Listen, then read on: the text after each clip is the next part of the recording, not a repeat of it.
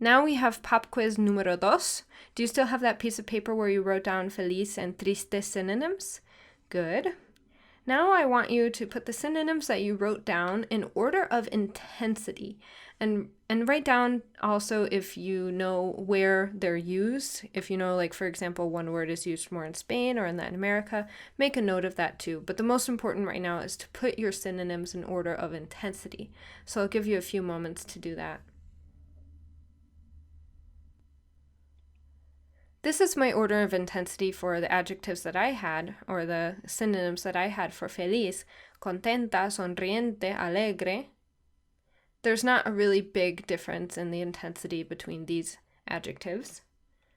And then the synonyms of triste: decepcionada is, okay, I'm disappointed.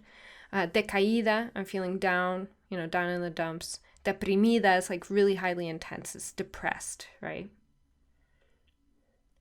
Increasing your vocabulary in this way will not only expand your vocabulary with more words, but also give you a better understanding of each new word and how it relates to words that you already know.